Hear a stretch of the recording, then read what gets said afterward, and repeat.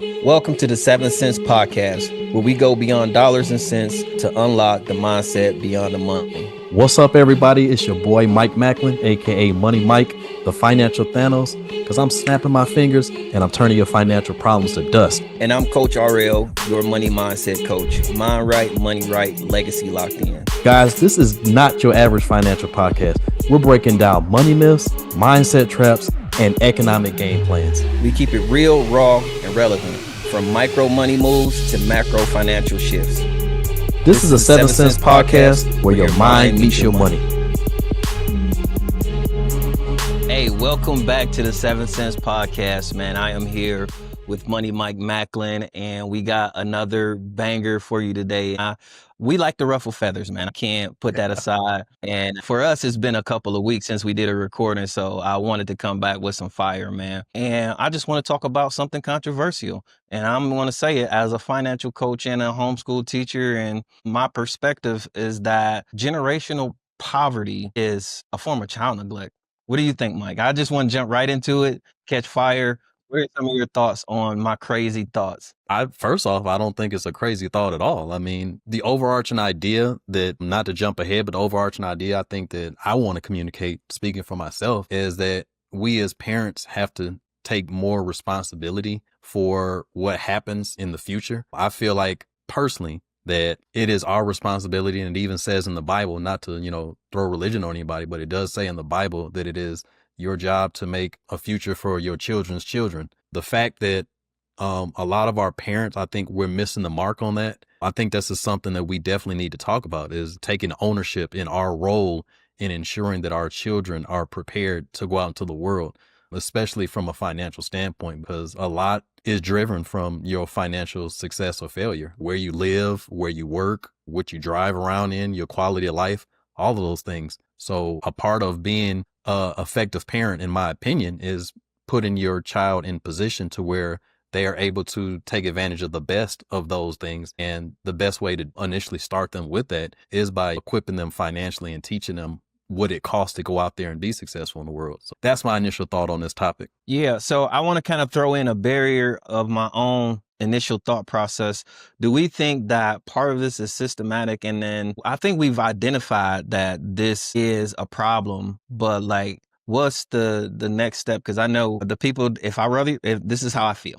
If I've said this and I've ruffled your feathers and you're in this position, and that means you've seen me enough to know that financial literacy is a thing, that financial literacy is real. So now you've made a choice to not take it serious. So Bingo. as we say this is systematic, like, how do you deflect back from the system to the individual responsibility?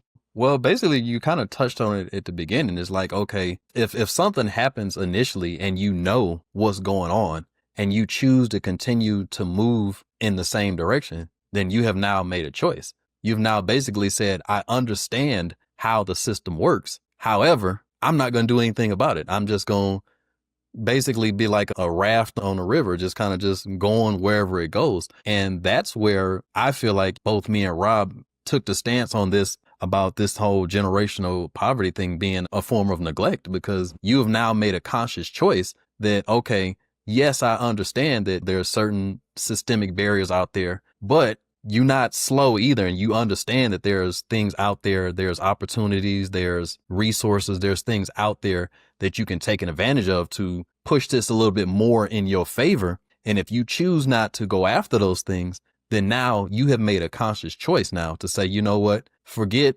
the fact that I may have ways to change this. I'm not going to do anything. And it's almost like looking your kid in the face and say, you know what, I don't care. Like, however this works out for you is how it's going to work out for you. And that's pretty jacked up. And children don't forget. They don't forget. And so that's my thoughts on that. It's just like, yeah, you've made a choice at this point and you've chosen to abandon basically your responsibility. Yeah, I think it is enlightening to kind of just bring up this topic, because we have to be like serious, especially in all of the time that we look back. We look at the 90s, the 80s, the 70s. I was born in the 80s, so I can't go back any further than that. But in my time, I can remember in school not actually learning much about personal finance. Now, we learned about economics and how money shifted and changed the world and all of that other stuff. But we never like actually focused on how do I handle my money? And I think that is a known issue. But in this day and age that we have realized that these things aren't taught, and we also have tons and tons of resources, not to mention we have this smartphone that's just making people dumber because you really can just Google it. The crazy part is some things in financial literacy that I may not know, and sometimes I may know of just not off the top of my cuff. I literally just look down at my phone and Google it. And then I'll look and I'll be like, oh yeah, that sounds about right. All right, let me do a little bit more research, dig a little bit. In 5 minutes, I've done solved the problem. Not to say that everybody is a problem solver, but what I'm saying is the answer is at your fingertips, right? And Oh, so absolutely. do you think people are deflecting the responsibility to learn about financial literacy and being responsible about teaching your children responsibility? Because it's one thing to not know. Like, you look at it like regular school, right? This is an example, not real life, but let's say I'm not good at math. I will hire a math tutor, or essentially most people send their kids to school. Like, you are not the subject matter expert of teaching kids, so you send your kids to school. So now you found a void that they have. Hey, I don't know what to do with my money, or like and we'll get into this a little bit too. Like, I think another part of this is giving them the platform of experience, right? Having allowance, having the ability to go to the store and shop, having the ability to make good decisions. Hey, I got $5. You can't get both of it. We'll talk about the experience of kids or giving them that experience, but we've identified the problem and done nothing about it. I think the way to really move us forward as a community is individual responsibility. Let me take a step back. I want to peel back the onion on this with the question, right? I've already asked, like, hey, how much individuals should take responsibility, right? The second part of this is, why do we feel like the information is a limited resource in today's age? I think people think financial literacy and all of these other things are limited resources. Why do people feel that way? You can bounce it back to me because I got a reasonable answer. Okay. I'm gonna give my thoughts on it or why I think that's the case. One of the biggest ones I'm gonna say,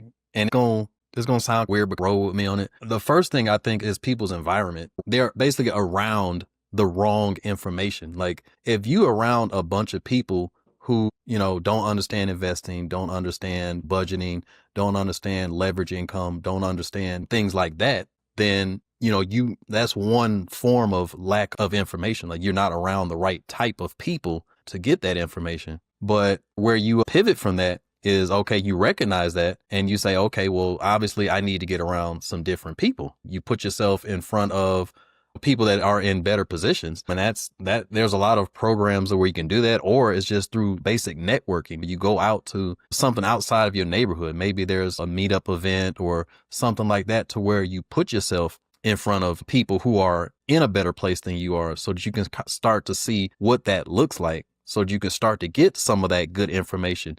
Maybe you get around somebody who has built up some business credit or something, and you kind of network with them, see how you can help them. Maybe you go out and help them do something, and in exchange, they put you on some game a little bit, or almost like me and Rob do. Like, what I'm saying? There's things that Rob know that I don't know. You know what I'm saying? So through our connection through this podcast, we kind of add value to one another. So if it's things that I don't know about personal finance, for instance, Rob, he's dabbled into the insurance world a lot more than I have. So if there's some questions I might have about insurance, then I'm going to come to Rob, to where I can get the right information.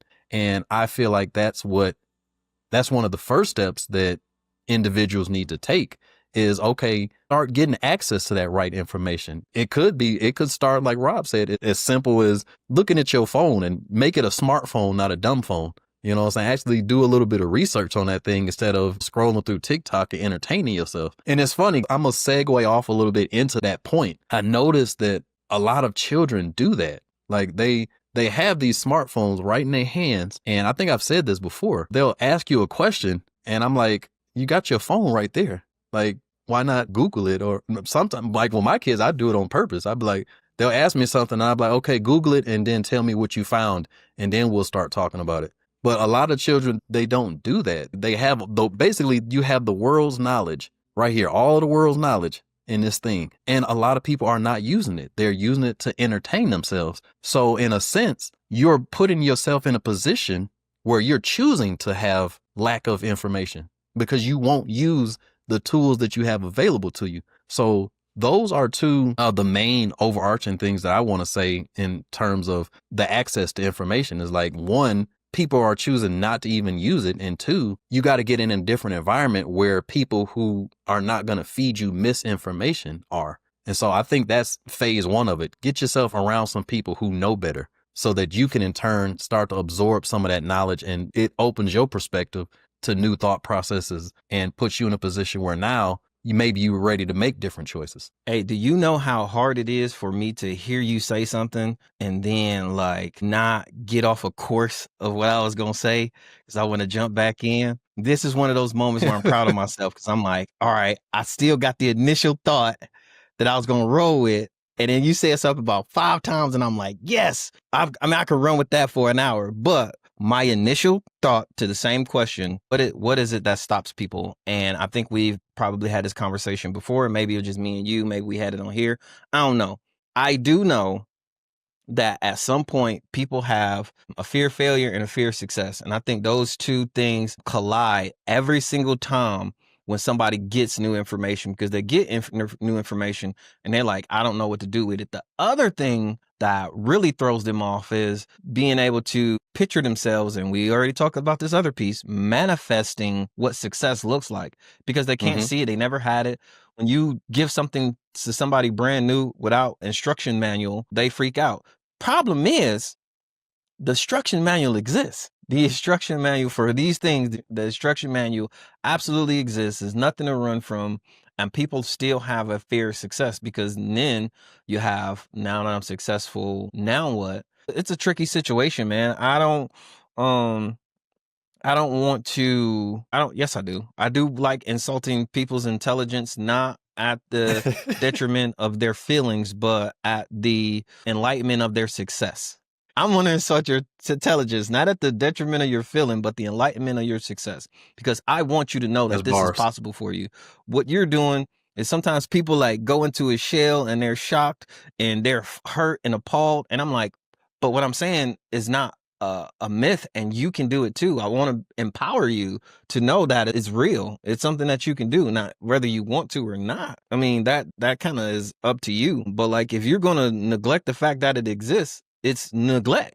It's neglect, and you should address it as such. I want to talk a little bit about like how it shows up in like adult children when you can see that they have neglected financial education. Like, what are some of the things that you've seen, and what are some of your thoughts on what financial child neglect looks like in grown adults? Okay. The main thing that I see in children who were not brought up in successful or who haven't learned financial success is their overall outlook or their belief in their level that they can attain. Like, you can tell when a person has been in a very small pond because their vision, they don't cast a very big vision out there. They don't plan for the future. They don't even really think about the future. They think about the end of the week. They have, and it's no disrespect to an employee, but they have an employee mindset, which is basically, hey, the way that life works is I get up in the morning, I show up to somewhere that somebody told me to be, I stay there for X amount of hours,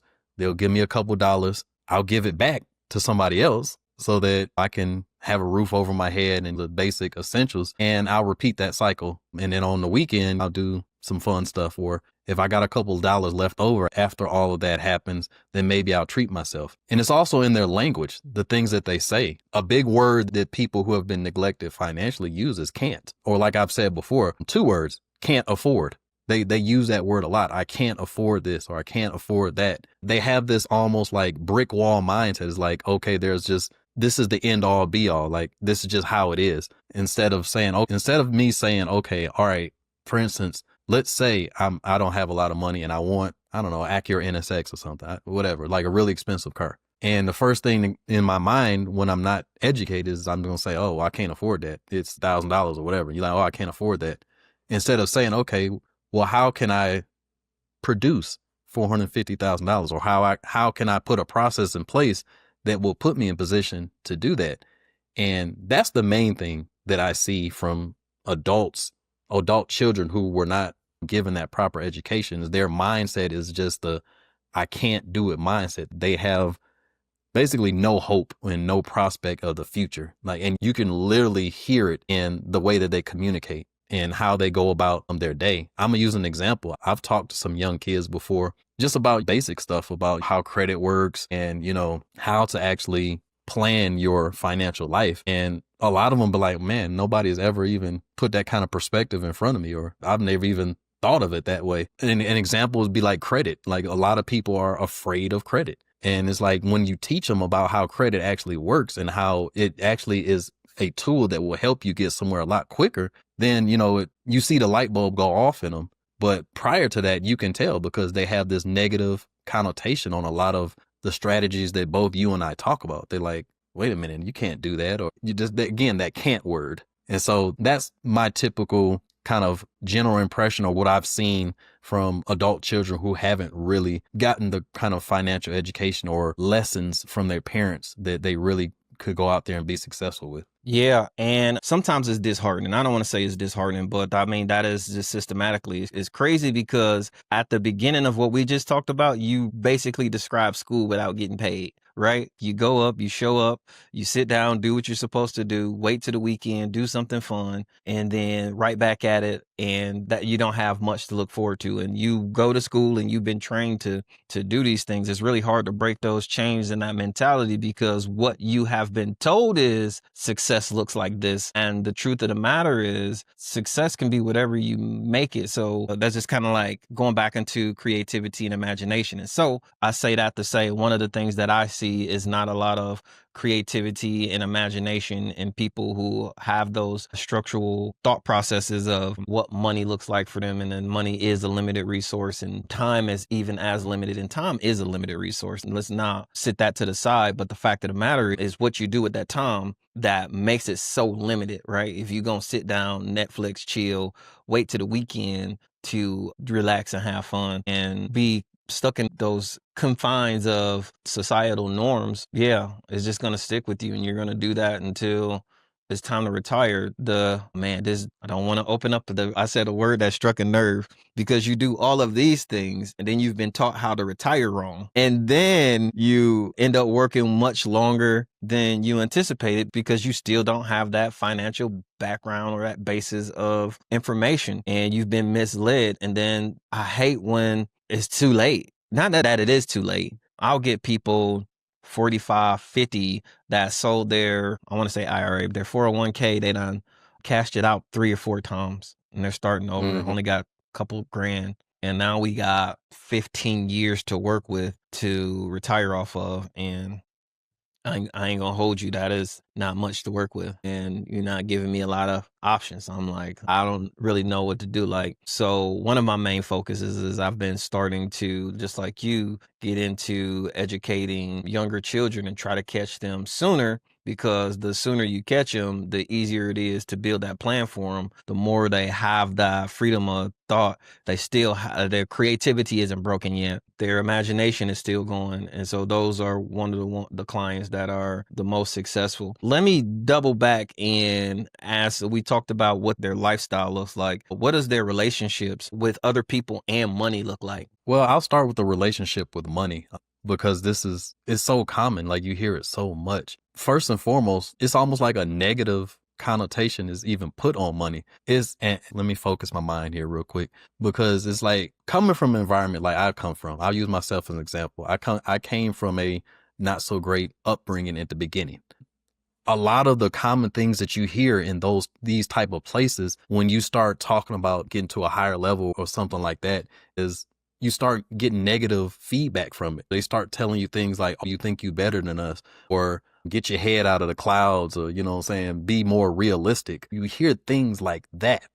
Those are the relationships you have with people. There's like these negative relationships. It's almost like they mean well with what they're saying to you, but in reality, they're limiting you. They're pulling you back into that same downward position that they're in. And it's almost like they want to see you do well, but not as well as them. So as long as, you kind of on evil footing with them, then you okay.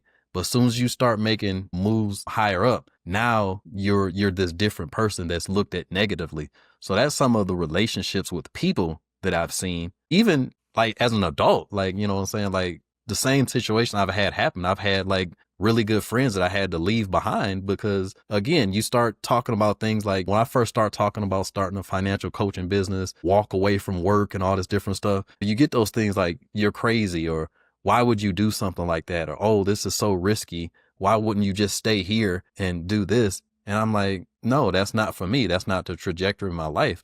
You know what I'm saying? And these are supposed to be your closest people. And these are the things they're saying to you. So those are the relationships I'm experiencing as far as people. Now, again, the relationship with money is on first, people feel like money is all it is, something to give back to somebody else. That's the first problem people have with money, is they don't understand what the purpose of it is. And the purpose of money is very simple. It's just to make more. That's all money really is for, is to make more. It's a tool. And people looking at it as a status symbol, as validation for who they are. Some people look at it as being greedy if you have a lot of money. And so all these negative things. And then, like I said before, the thing with credit, their relationship with credit is like, oh, I can use credit to get things that I really can't afford. And so that's like, it's almost like an income supplementation. And that's not what credit is for. Credit is, again, it's to leverage it. It's to take somebody else's money and go make more money with it,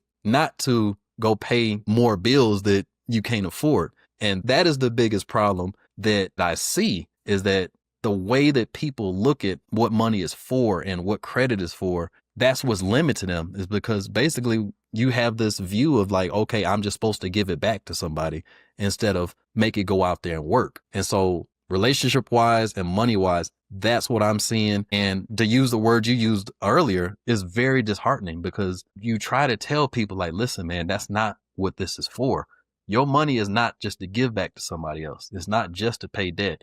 Your credit is not just to say, okay, I don't have the money, so I'm going to go get this thing that I can't afford. I'm going to use this and I'll deal with it later. And that's what I hear a lot also. I'll just deal with this later. And that's where they get into the situation that Rob was just talking about, where now you're 35, 45, 50 years old. And now you're like, oh, I might need to start taking retirement seriously now. And at that point, you've lost like 20, 30 years of your compounding interest because you made a decision that it's like, okay, and I feel like I'm segueing off here a little bit, but it's okay. I'm gonna go off a little bit. I feel like you're almost like punishing your future self because you want something right now. And that's your relationship with money. It's like, okay, I can't take it with me, so I might as well just blow it all now. And that's the real neglect, especially as parents. That's the real neglect, because that money realistically is not your money. It's not yours. It's for the next generation and the next generation. And that's how you have to look at that.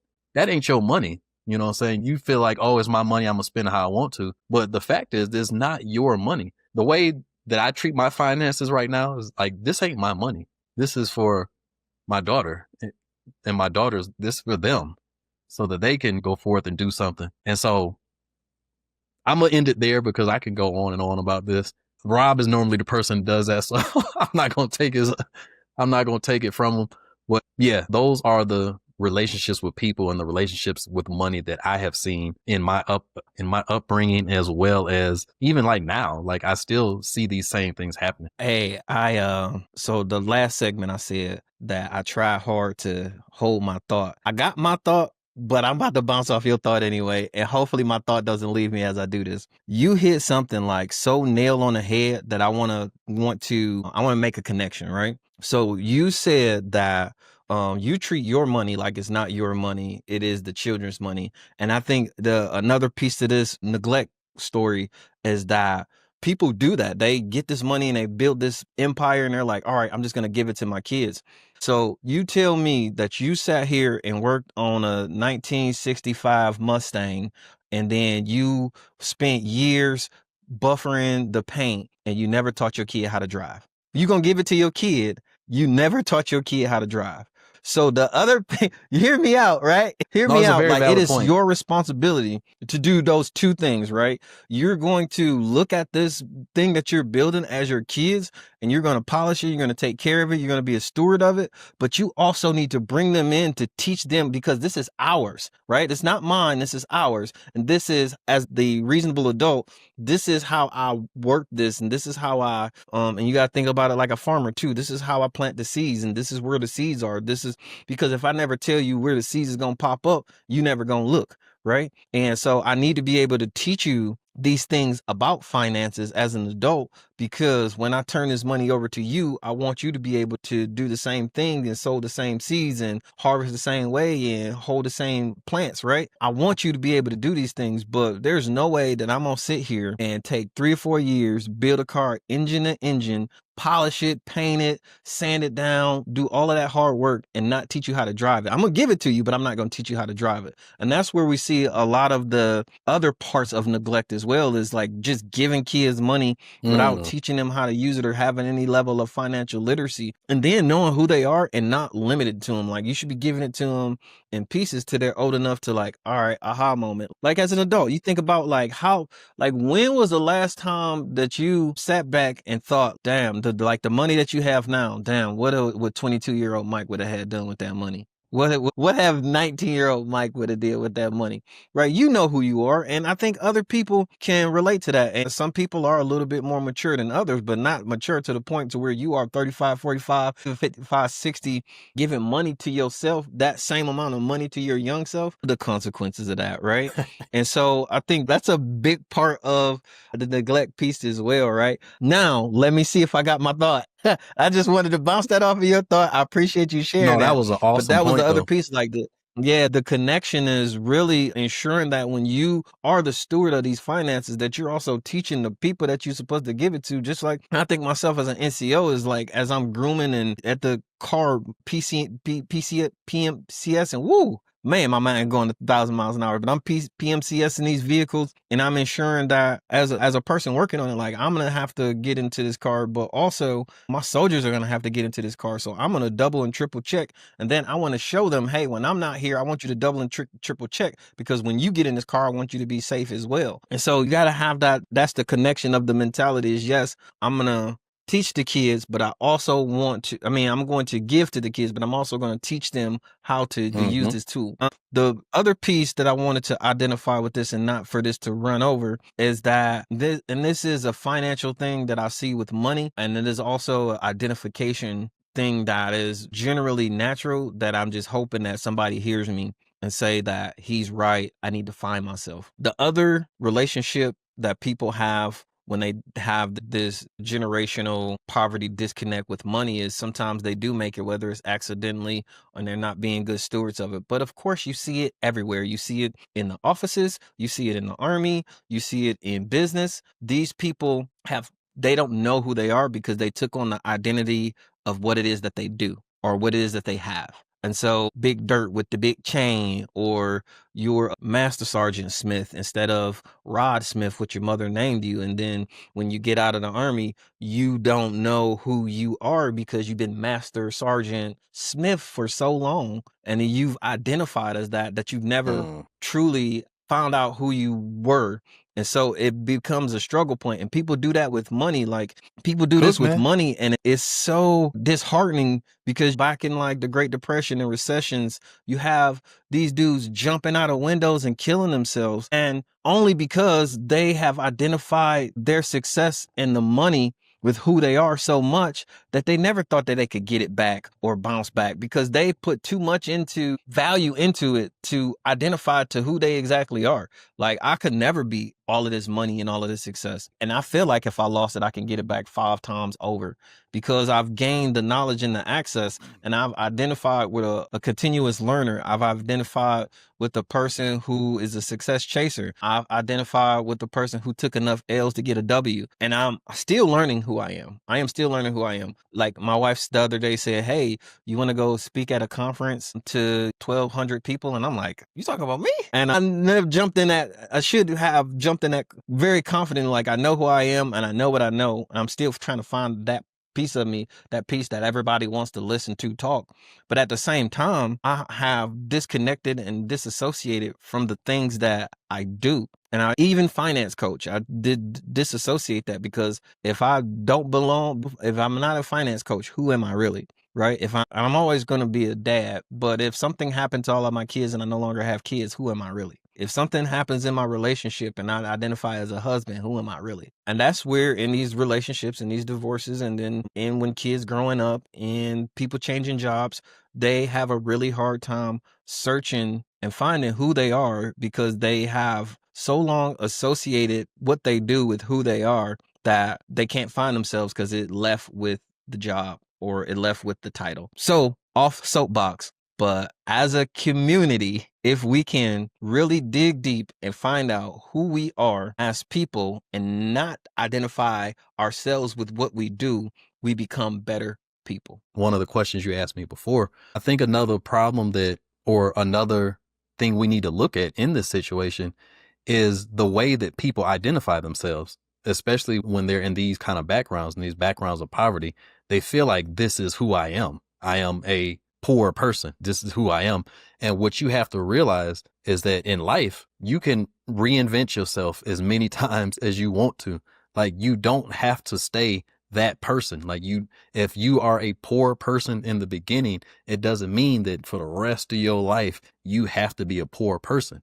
That's where, like Rob has said, you start to do some introspection. You start looking at yourself and say, okay, who do I believe I really am? And how can I move in a direction to become that person? Much like Rob, I'm still evolving and growing as a person, as a financial coach, because one of the biggest things that I've learned in my journey is that you never know it all. Things are always changing. Situations are always changing. Subjects are always changing. And that's why you have to be a continuous learner, because you have to be able to take in this new information and understand what to do with it. We talked about misinformation earlier. We talked about what happens when you start getting new information, and all of these things can be tools to help you to become whoever the heck it is that you want to be. Like, you don't have to be a poor person if you don't want to be. If you want to be rich, then guess what? You can do that. Like we said before, you just get around some better information, maybe get around some better people, maybe get in a different environment, maybe just look at yourself differently. Get in front of the mirror and say, I'm a rich person. You know what I'm saying? We talked about manifestation and things like that.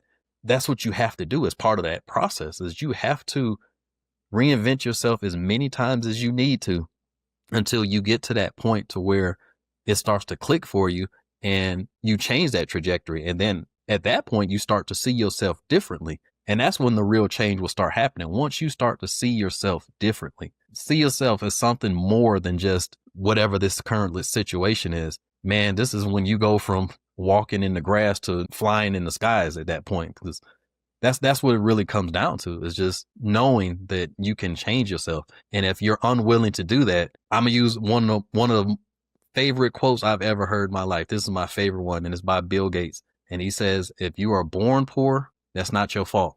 But if you die poor, that is your fault. So that's my final thought on that subject. I had a good time with this one. I learned something just in the course of this conversation. Yeah. He brought up a really good point in connection to what I was saying. And that's why I really doing this podcast with Rob, because he'll throw something out there and I'm like, oh man, I didn't even think of that. And this is what we need. We need people around us who throw different ideas at us, and don't be intimidated by that. Don't feel like because somebody says something that you didn't think of, that it necessarily means I'm not as good as this person, whatever. This is what you want. You want to get around people who thinking about things that you might not have thought about, because that's how you get better. And so, yeah, I had a great time with this one, Rob, man. Great topic, man. I think sometimes I say things that enlighten myself. And again, you even mentioned something probably 2 minutes ago where you say, hey, really identifying as, and I think you didn't say the word, but I know you were going, but worthiness. Mm-hmm. And that kind of leads to when I was talking about my wife saying, hey, you need to speak in front of 1,200 people. Why in that moment didn't I feel worthy? Why didn't I feel worthy of the information? Why didn't I feel worthy of the accolade? So worthiness is a big part of that. I truly appreciate you for definitely hopping on and wanting to speak about this. And thanks for sharing all of your points. What are some of the things that you are working on over these next couple of days, couple of months? What should the people look forward to coming from you? All right. Lately, you guys have seen me behind the screen a lot. Like, whether it be TikTok, whether it be my YouTube channel, I want to get out in front of you guys a little bit more. So what I'm doing right now, some of the things that's coming up is called street finance. I don't want to use that word though. I don't like it. I'm trying to think of something else to name it, but I want to get out into the community. I want to talk to you guys, ask you guys questions about finance, get your thoughts. Obviously, it's not going to be the 7 Cents podcast type situation, but just to get out amongst the community and see what questions they're asking. Maybe throw some information out in front of them that they can actually use, so that, one, you see my face, you actually know, hey, I'm a real person. I'm not Russell Brunson or somebody that you can't get access to. I'm still out here. I'm still in front of the people. That's what I'm working on right now. Is I'm going to start doing that over the weekends, start going out into the community, just talking with people, getting some insights into what questions you guys have, so I can make this podcast better. I can make my financial coaching better. I can become better as a person, because again, like I said, with interacting with Rob, everybody has something to offer you. So I want to get out amongst the people, see what I can offer you. And in turn, it will help me to grow as a financial coach and be better. Yeah, absolutely. That's super, super dope. You actually gave me probably about 5 ideas, and I'm like, why didn't I think of that? And we could talk it, because I don't even mind sharing with people your initial thought. There was a guy, actually, I seen him on either Instagram or TikTok. He basically was a lawyer doing this pro bono work, and he said the best way to do his pro bono work is he set up a table and the sign just says ask a lawyer, and he sat there for a couple hours and just ask questions of people walking by. And I think that would be a really good idea to do, to get in the community, go to a mall, go to sometimes it's book signings, sometimes you can go to like the PX, sometimes you can go to vending events, and just set up a table and plop a sign there and have conversations with people. I've actually done it with my books. I'm not gonna say a terrible job at it, but I do a rough job at having book fairs, because I will set the book up on the table, and then I will leave the table and go walk around and talk and shake hands and pass out cards and everything else. I came back, I ain't sold no books. But then after I sit back down and people see I'm at my table, the people that I just talked to, all of them come back to the table. And that's why I have a lot of success, and I book more clients than I sell books, and I'm definitely okay with that. So it's a good avenue of approach, man. So we are reaching that time, Mike. I truly appreciate you jumping on. Thanks for getting my topic and be like, debatable, but let's rock with it, because this is gonna hurt some feelings. And that's what I wanted to do. Again, I wanted to hurt some feelings to create some enlightenment, man. So I think we did a good job of that today. So I appreciate you, brother. Yes, sir. Yes, sir. Same here, man. All right. So until next time, we will catch y'all on the other end, on the other side of money. So we are out. You just tapped into the 7th Sense, where the mind meets the money and the legacy gets built. It's your boy Money Mike, the financial Thanos, snapping one myth at a time and leaving no financial lies standing. And I'm Coach RL, mind right, money right, legacy locked in. If today's episode gave you game, make sure you rate, review, and share it with someone. Hey, follow us on all platforms and keep the conversation going, guys. DM us your questions, your myths, and your money wins. Until next time, think deeper, move smarter, and keep building. This is the 7th Sense Podcast. We out.